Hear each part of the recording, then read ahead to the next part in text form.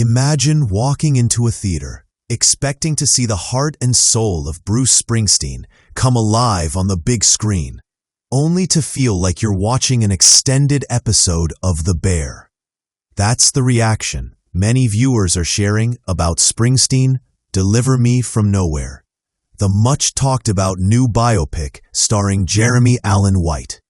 This film sets out to dive deep into the making of Nebraska, one of Springsteen's most hauntingly raw and personal albums. But here's the twist. Instead of losing himself completely in the boss's world, White seems to carry over shades of Carmy Brzado, his award-winning character from the kitchen drama. Is that Jeremy's fault, or is the movie leaning too hard into familiar storytelling devices? That's the question fueling conversations as critics debate whether this ambitious biopic brings something truly new or just more of the same artistic cliches we've seen before. Directed by Scott Cooper, the film chooses not to trace Springsteen's career from the beginning, but instead zeroes in on a specific and vulnerable chapter of his life, the recording of Nebraska.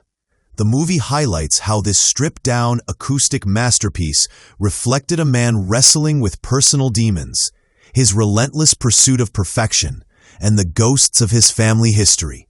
Jeremy Allen White channels an artist teetering between brilliance and self-destruction, offering glimpses of intensity that fans of his acting will recognize instantly. Yet critics argue the direction falls into overly familiar patterns, painting Bruce as another tortured genius weighed down by an unhappy past. That storytelling approach, while dramatic, risks making the narrative predictable. Still, the concert sequences and recording sessions pack undeniable energy, allowing audiences to witness the raw force of Springsteen's music, which has always been bigger than just the man behind it. Much of the emotional framework in Deliver Me From Nowhere rests on Springsteen's childhood memories. Black and white flashbacks show him facing an abusive father, played by Stephen Graham, and a caring yet limited mother, portrayed by Gaby Hoffmann. These moments attempt to explain the emotional foundation of Bruce's artistry, suggesting that his drive for greatness was born out of conflict at home. But while these scenes are visually stark, many critics argue they lean too heavily on cliches we've all seen before in countless biopics.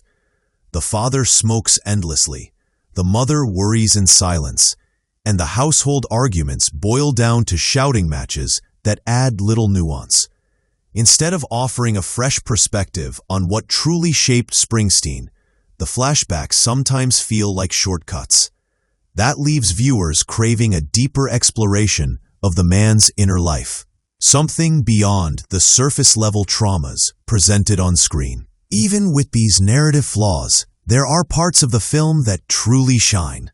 Jeremy Allen White brings intensity to every scene, proving again that he's one of the most committed young actors working today.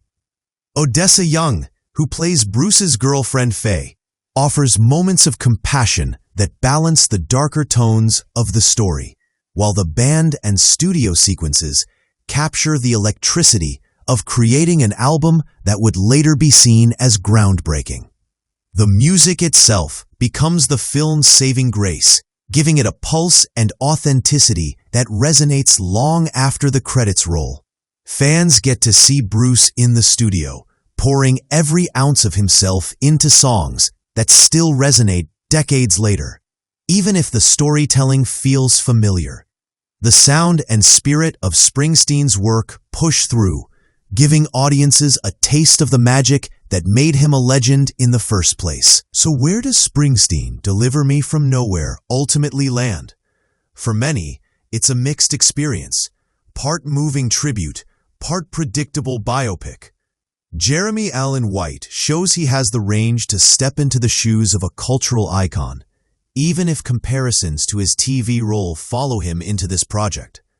The movie succeeds in highlighting the raw creative fire of Springsteen's Nebraska era, but it struggles to fully capture the deeper emotional truths behind the music.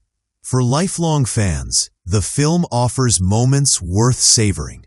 The concerts, the studio sessions, and the reminder of just how timeless Bruce's music really is. But for those hoping for a bold new perspective, it may not deliver the revelations they expect. In the end, it's a film that entertains and respects its subject, even if it never fully uncovers the heart of the boss's enduring legacy.